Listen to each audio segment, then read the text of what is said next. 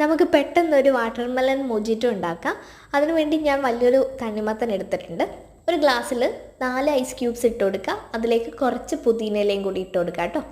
ഇനി നമ്മൾ നേരത്തെ കട്ട് ചെയ്ത് മിക്സിയിലൊന്ന് അടിച്ചെടുത്ത വാട്ടർമെലൺ ജ്യൂസ് മാത്രമായിട്ട് എടുക്കുന്നുണ്ടെങ്കിൽ അങ്ങനെ, ഞാൻ ഇത് അടിച്ചിട്ടില്ല, അത് അതുപോലെ ഒഴിച്ച് കൊടുക്കുന്നുണ്ട് കേട്ടോ.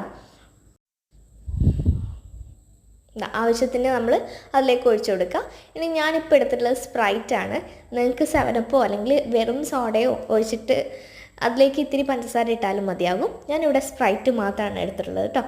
ഇനി ലെമൺ ഉണ്ടെങ്കിൽ ലെമണും കൂടി ഒന്ന് പിഴിഞ്ഞിട്ട് കൊടുക്കാം. ഇനി അതിലേക്ക് ഞാൻ ആഡ് ചെയ്യുന്നത് കസ്കസാണ്. നേരത്തെ വെള്ളത്തിൽ ഒന്ന് പൊതിർത്ത് വെച്ചിട്ടുള്ള ഒരു കസ്കസാണ്. അതും കൂടി ഒന്ന് ഇട്ട് കൊടുക്കാം. നല്ലപോലെ ഒന്ന് മിക്സ് ചെയ്ത് കൊടുക്കാം.